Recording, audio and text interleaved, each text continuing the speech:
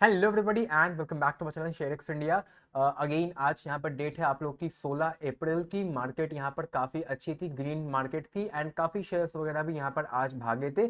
आज मैं शेयर्स से पहले आप लोग का जो कवर यहाँ पर करने वाला हूँ, वहाँ पर आईपीओस की न्यूज़ है मेरे पास। काफ़ी कुछ छोटे मोटे अपडेट है, लेकिन बहुत सारे अपडेट है, ऐसा कोई मेजर अपडेट नहीं है।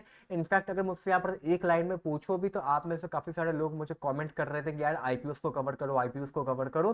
तो इसीलिए मैं आईपीओस को यहाँ पर कवर कर रहा हूँ। वरना एज सच देखो, न्यूज़ तो निकल के आती रहती है मार्केट में। रोज अगर मार्केट में न्यूज़ पे जाओगे तो रोज कुछ ना कुछ आप लोग को न्यूज़ तो यहाँ पर देखने के लिए मिल जाएगी। बट अगेन एक लाइन में अगर मुझसे यहाँ पर पूछने वाले हो आप लोग, तो यहाँ पर अभी भी कोई भी आईपीओ आने वाला नहीं है। और अगले 15-20 दिन तक कोई भी आईपीओ आप लोग को मार्केट में आता हुआ भी नहीं देखने को मिलेगा। और कोई भी अगर यहाँ पर किसी मेजर आईपीओ की फिराक में है कि कोई बोट का, जेप्टो का या एनएससी जैसी कंपनीज का आईपीओ आप मुझे कब तक यहाँ पर देखने के लिए मिल जाएगा, तो वो तो बिल्कुल भी नहीं देखने को मिलेगा। क्योंकि ये सारी जो मेजर जो बड़ी कंपनीज है, जो आपको और मुझको बहुत अच्छी तरीके से पता है, वो तभी आप लोग को मार्केट में देखने को मिलेंगी जब कोई छोटी छोटी कंपनीज का आईपीओ आएगा। क्योंकि जब छोटी छोटी कंपनीज का आईपीओ आएगा, उनकी लिस्टिंग अच्छी हो रही होगी, तो उसी बहती गंगा में एक बड़ी कंपनी का सडनली यहाँ पर आईपीओ आ जाएगा। क्योंकि जब छोटी कंपनीज अच्छी परफॉर्म करेंगी आईपीओ में, तभी वो बड़ी कंपनी भी अच्छा परफॉर्म करेगी। नहीं तो फालतू में फिर आईपीओ वेस्ट हो जाता है, वैल्यूएशन ड्रॉप हो जाती है, और फिर अगर कोई डिस्काउंट में अगर लिस्टिंग हो जाती है तो फिर वो 5 6 8 महीने तक आईपीओ अपने आईपीओ प्राइस तक भी नहीं पहुंच पाता है। तो इसीलिए कोई भी मेजर कंपनी का आईपीओ तो बहुत जल्द आप लोग को मार्केट में देखने को नहीं मिलने वाला है। भले ही उन लोगों का जो सेबी का अप्रूवल है वो एक्सपायर हो जाए, या जो भी एक्सटेंशन पीरियड का उन्होंने यहाँ पर टाइम दिया है वो भी खत्म हो जाएगा। लेकिन बेफालतू में रेड मार्केट में, या मार्केट अगर अच्छी परफॉर्म नहीं कर रही है, आईपीओ की बात कर रहा हूँ, ओवरऑल भी मैं बात करूंगा तो ओवरऑल भी ठीक है, अच्छी अब होने लग गई है धीमे धीमे। इधर 3 महीने से मार्केट स्टेबल ही है, तो वरना 6 महीने में अगेन मार्केट आप लोग को रेड ही नजर आने वाली है। और ऑल टाइम हाई से अभी भी मार्केट कहीं ना कहीं आप लोग को 10% नीचे ही मिल रही है। शेयर्स वगैरह भी काफी ऊपर भी हैं, काफी अपने बराबर लेवल पे भी आ गए। ऊपर की भी जो मैं बात कर रहा हूँ वो अपने नीचे के लेवल से ऊपर है ना, ऑल टाइम हाई के आसपास तो कोई शेयर यहाँ पर नहीं है।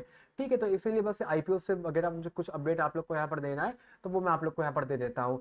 पहली बात तो यहाँ पर ये है कि ब्लू स्टोन, आई होप आप लोग को कंपनी यहाँ पर पता होगी, डायमंड की कंपनी है, गोल्ड एंड ज्वेलरी में ये काम करते हैं।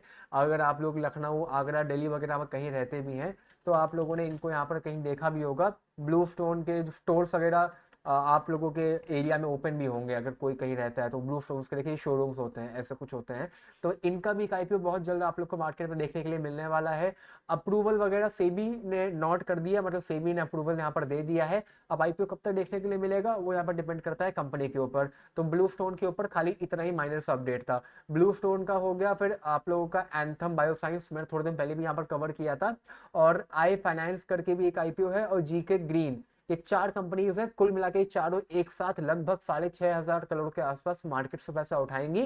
सेबी ने सबको अप्रूवल दे दिया है, अब आईपीओ कब तक आता है वो बात की बात है। इसके अलावा जियो का भी आईपीओ आने वाला है। जियो का आईपीओ आई होप आप लोग को यहाँ पर पता होगा। अच्छा, अब आप लोग कहेंगे कि यार जियो तो अलग हो गया है जियो फाइनेंशियल्स करके, तो फिर ये जियो क्या है? देखिए, वो जियो जो अलग हुआ था रिलायंस से, वो जियो फाइनेंशियल्स अलग हुआ था। उस जियो फाइनेंशियल्स में कंपनी का जो कारोबार आता है, मतलब कंपनी का जो वर्क आता है, यहाँ पर जियो फाइनेंशियल शेयर की मैं बात कर रहा हूँ, वो यहाँ पर आता है जियो के म्यूचुअल फंड। अब आप कहेंगे जियो के कौन सा म्यूचुअल फंड है भैया? जियो के एस एट प्रेजेंट कोई म्यूचुअल फंड नहीं है, और इसीलिए जियो फाइनेंशियल का शेयर आप लोग को भागता हुआ भी नजर नहीं आने वाला है। इन लोगों का ब्लैक रॉक एक फॉरेन म्यूचुअल फंड कंपनी है, इंडिया में अभी तक नहीं आई है वो कंपनी। इंडिया में 42 कंपनीज है जिसमें से ब्लैक रॉक नहीं है अभी हिंदुस्तान में। उनके साथ टाई अप चल रहा था, टाई अप कंप्लीट वगैरह हो चुका है, लेकिन अभी तक इन लोगों ने कंपनी अपनी इंडिया में काम नहीं स्टार्ट किया है। काम वगैरह चल रहा है, अगेन काम वगैरह स्टार्ट हो चुका है, बट इंडिया में अभी पब्लिक के लिए उन्होंने कंपनी ओपन नहीं करी है, बैकएंड पे काम चल रहा है।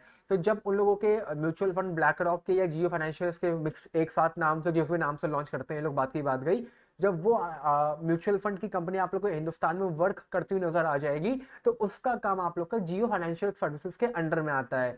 और ये जो जियो है यहाँ पर, ये आपका सिम वाला जियो है। जियो जो आप लोग सिम, फोन, मोबाइल, जियो फाइबर जो यूज करते हो, ये वो वाला जियो है। तो नाम जियो जियो है, लेकिन वो जियो फाइनेंशियल से, और ये जियो वो वाला जियो है।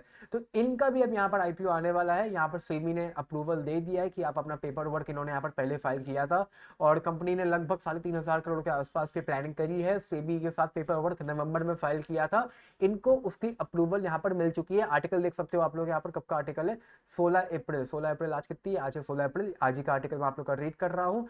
आज यहाँ पर इनको अप्रूवल मिल चुका है। बहुत जल्द आप लोग को थोड़ी देर में इंस्टाग्राम भी हो सकता है कि इससे भरा हुआ मिल जाए। एज सच तो अभी कोई अपडेट यहाँ पर कहीं हुआ नहीं है, बल्कि अगर मैं एक बार कहीं और भी सर्च करना चाहूँ, जो कि मैंने मतलब मैं आप लोगों के साथ न्यूज़ तो मैं शेयर कर रहा हूँ, बट मैंने अभी तक कहीं सर्च नहीं किया था। जियो प्रिपेयर्स आईपीओ का मैं सर्च भी करता हूँ, जियो आईपीओ करके, तो आप लोग को न्यूज़ में थोड़ी देर में आता हुआ देखने के लिए मिल ही जाएगा। अभी थोड़ी देर पहले की न्यूज़ है, तो अभी उतने सारे आर्टिकल्स वगैरह नहीं लिखे गए हैं, बट आई होप कल तक ये न्यूज़ आप लोग को पूरी मार्केट में फैली हुई नजर आ जाएगी। एंड इंस्टाग्राम और यूट्यूब पे और भी लोग होंगे जो उसको कवर यहाँ पर कर लेंगे। तो जियो से लेकर अभी फिलहाल इतना ही अपडेट था। 3,500 करोड़ के आसपास का यहाँ पर आईपीओ की अप्रूवल इन लोगों को मिल चुका है। बाकी सब आर्टिकल है, सब फालतू का आर्टिकल है, कुछ मैं रीड करके आप लोग का यहाँ पर टाइम वेस्ट नहीं करने वाला हूँ। जियो रिलायंस हो गया, टेलीकॉम मुकेश अंबानी सारा ढिमकाना, 10 लाख के शेयर्स होंगे, जियो प्लेटफॉर्म सब्सिडी होगी अप्रोक्सीमेटली। ठीक है, सब कुछ बहुत बढ़िया चल रहा है, चलने दो। अच्छा, इसके बाद यहाँ पर एनएससी का भी आईपीओ आने वाला था। कुछ यहाँ पर न्यूज़ निकल के आ रही थी कि सेबी अपोज कर रही है यहाँ पर कि एनएससी का आईपीओ मार्केट में ना आए, तो ऐसा कुछ भी नहीं था। एनएससी के आईपीओ को यहाँ पे एक्सटेंशन मिला हुआ है, बहुत जल्द आप लोग को ये आईपीओ मार्केट में देखने के लिए मिल जाएगा। एंड एक बात मैं रोज रिपीट करता हूँ, एनएससी अलग है, एनएसडीएल अलग है।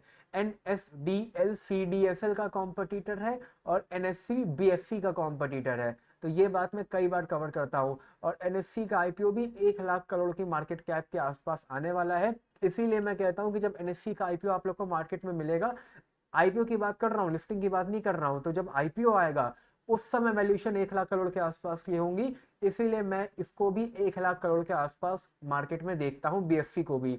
और फिर वहां से एनएससी की लिस्टिंग मान लो 10%, 20%, 30% अगर ऊपर होती है, तो same with happen the case in BSc. BSc भी आप लोग का 20-30% आप लोग को भागता हुआ नजर आ जाएगा।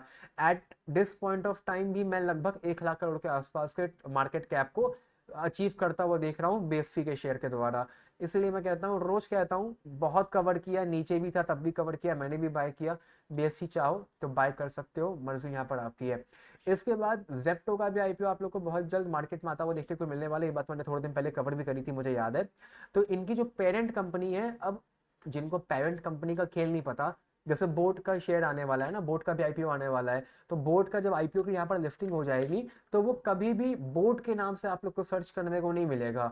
वो आप लोग को मिलेगा यहाँ पर इमेजिनरी मार्केटिंग लिमिटेड करके, क्योंकि बोट की जो पेरेंट कंपनी है वो आप लोग की है इमेजिनरी मार्केटिंग लिमिटेड करके। मैंने कई बार दिखाया अभी, अगर मैं दिखाना भी चाहूँ, इमेजिनरी मार्केटिंग लिमिटेड, ये रहा बोट। आप लोग को ये शेयर यहाँ पर इसी नाम से मिलेगा।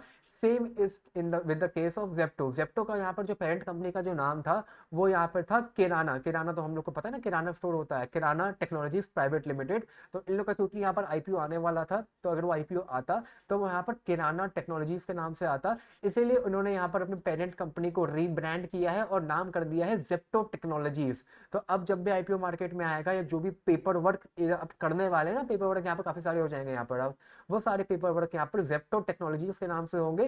और जेप्टो टेक्नोलॉजीज करके आप लोग को जेप्टो का आईपीओ मार्केट में हिट होता हुआ देखने के लिए मिल जाएगा। अभी यहाँ पर एक कंपनी थी जोमेटो, सबको पता होगा ना, उन्होंने अपना नाम चेंज करके इटर्नल कर दिया है, इटर्नल्स। जेप्टो की जो पेरेंट कंपनी है, आपको जेप्टो तो जेप्टो जेप्टो कह रहा हूँ, सॉरी, जोमेटो का तो काम जोमेटो के नाम से ही चल रहा है। तो जोमेटो की जगह यहाँ पर इटर्नल क्यों हो गया है?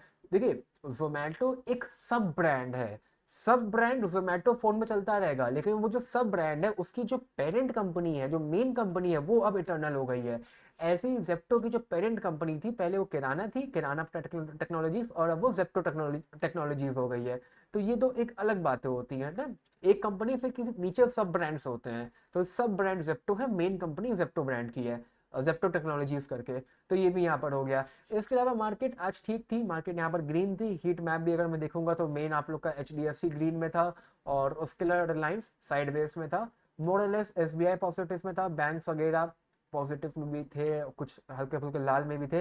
एक्सिस बैंक आज काफी भाग गया। एज सच अगर कुछ न्यूज यहाँ पर एक्सिस बैंक का शेयर आज यहाँ पर 4% के आसपास भागा था, और उसके भागने के पीछे का जो रीजन था वो ये था कि सेविंग्स अकाउंट जो होते हैं नॉर्मली, जो बेसिक्स अकाउंट होते हैं, एकदम बेसिक नॉर्मल अकाउंट होते हैं, उसमें जो रेट ऑफ इंटरेस्ट था आई थिंक वो 3% के आसपास का होगा साल का, तो उसको अब बैंक ने यहाँ पर कम करके 2.75% का कर दिया है। तो और ये एनआरई एनआरओ सबके लिए यहाँ पर आप लोगों का एप्लीकेबल हो जाता है, इसीलिए कहीं ना कहीं यहाँ पर अब बैंक्स को सेविंग्स अकाउंट पे इंटरेस्ट इस एक्सिस बैंक को यहाँ पर कम देना पड़ेगा, जो कि एक पॉजिटिव न्यूज़ थी बैंक के लिए। भाई इन लोगों का अब जो रिजल्ट होगा उसमें जो प्रॉफिट होगा वो थोड़ा सा यहाँ पर और इंक्रीज हो जाएगा, इसीलिए यहाँ पर एक्सिस बैंक आज लगभग 4% के आसपास भागा था। इसके अलावा पीएनबी भी ग्रीन था, आईसीआईसी प्रूडेंशियल भी ग्रीन था। ओवरऑल यहाँ पर अगर बैंकिंग सेक्टर की बात करो मुझसे यहाँ पर, तो इंडसइंड बैंक हो गया, यस बैंक हो गया, और यस बैंक के अलावा अगर मैं और यहाँ पर दिखाना चाहूँ, हाँ इसको नीचे कैसे करते हैं, हाँ उसके अलावा आप लोग का यस बैंक हो गया, यस बैंक के अलावा आईओबी हो गया, या महाराष्ट्र बैंक हो गया, 361 हो गया, यूको बैंक हो गया, मणिपुरम फाइनेंस हो गया, सेंट्रल बैंक हो गया, टाटा इन्वेस्टमेंट हो गया, ये एयू हो गया, ये सारे आप लोग को यहाँ पर ग्रीन में नजर आएंगे। इरेदा आज लगभग 5% के आसपास पॉजिटिव में था। आज इन लोगों का यहाँ पर क्वार्टरली रिजल्ट आया था, और रिजल्ट बहुत ही धमाकेदार आया था। अगर मैं आप लोग को यहाँ पर दिखाना भी चाहूँ इरेदा का रिजल्ट यहाँ पर, let me just show you the result, देख सकते हो ये रहा रिजल्ट यहाँ पर। पैट में जंप हुआ है 49% का ईयर ऑन ईयर के बेसिस पे, और रेवेन्यू में भी लगभग 37% के आसपास की जंप है। अच्छा खासा प्रॉफिट था, और अभी भी जो इरेदा का जो शेयर है वो अपने ऑल टाइम हाई से आप लोग को बहुत ही नीचे मिल रहा है। आई थिंक 270 रुपए के आसपास का इसका ऑल टाइम हाई था। If you I can just show you, ये देख सकते हो 280 रुपए के आसपास का यहाँ पर इसका ऑल टाइम हाई था, और वहां से लगभग 40% के आसपास अभी भी करेक्टेड वैल्यू पे मिल रहा है। बाय करना चाहो ना करना चाहो, I am not a big fan. मेरे पोर्टफोलियो में ये है, एक दूसरे रीजन से है क्योंकि मैं इसमें प्रॉफिट बुक कर नहीं रहा हूँ कैपिटल गेन टैक्स की वजह से, वरना इरेदा कुछ बहुत ज़्यादा मैं फ़ैन नहीं हूँ यहाँ पर। कंपनी करती है क्या पता है, कंपनी बैंक से लोन लेती है, बैंक से पैसा लेती है, और आगे जो रेन्यूएबल सेक्टर से कंपनी काम कर रही होती है उनको ये 1 या 2% बढ़ा के लोन दे देती है। अब आप में से कुछ लोग कहेंगे कि वो जो कंपनीज होती है वो सीधा बैंक से क्यों नहीं लोन ले लेती हैं, तो बैंक जनरली सबको लोन यहाँ पर नहीं देता है, तो उसी के लिए मीडिएटर का यहाँ पर काम करते हैं। इसीलिए मैं कह रहा हूँ not a big fan. 50,000 crore के आसपास का मार्केट कैप है, पहले थोड़ा सा 80,000 90,000 करोड़ के आसपास का हो गया था।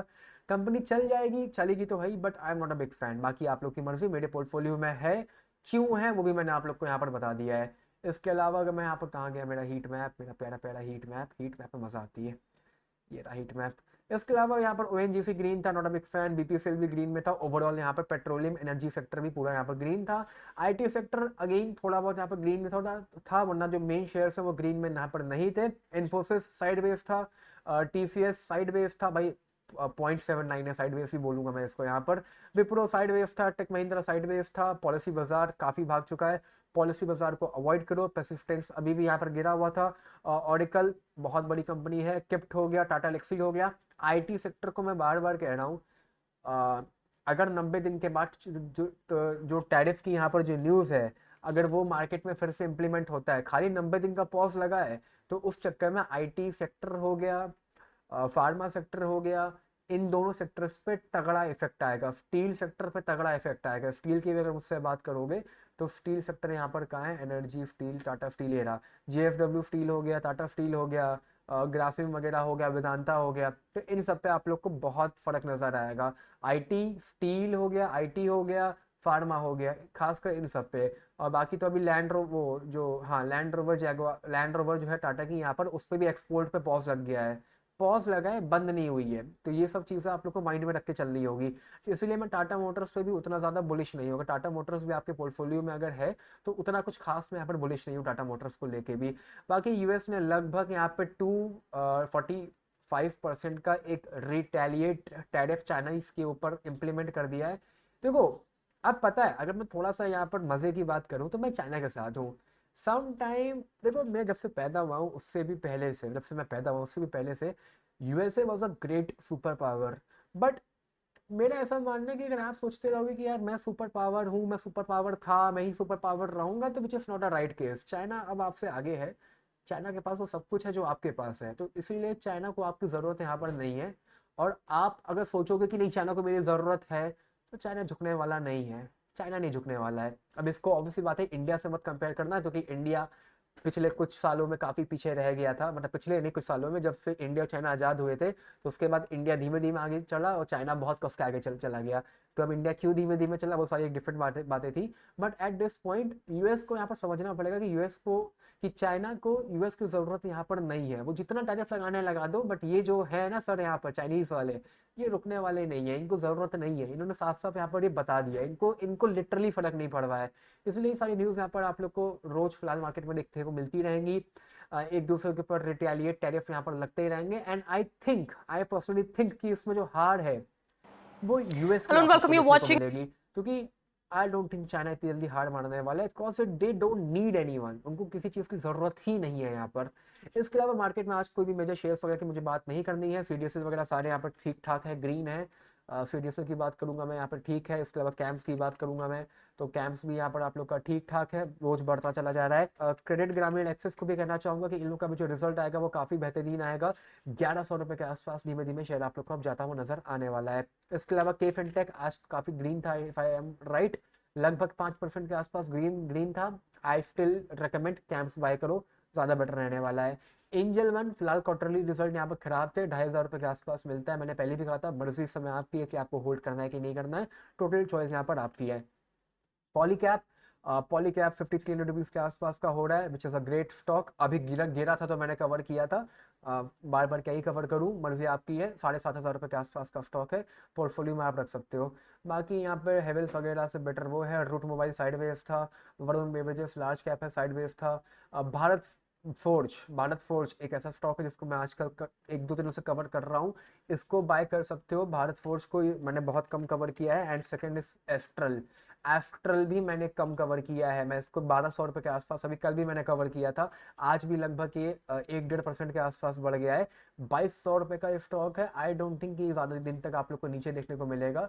अगर स्क्रीनर पे भी इसको देखोगे यहाँ पर तो एस्ट्रल लगभग लगभग ये देख सकते हो सही वैल्यूएशन में मिल रहा है। प्रॉफिट्स में थोड़ा सा दिक्कत है यहाँ पर, बट फिर भी रखना चाहो रख सकते हो या इसको ट्रैक करो। अगर और डिस्काउंट पे मिलता है तो आप लोग के लिए एक बेटर चॉइस ही हो सकती है। बाकी मेरी आज की वीडियो में इतना ही। Bye bye, take care, love you all.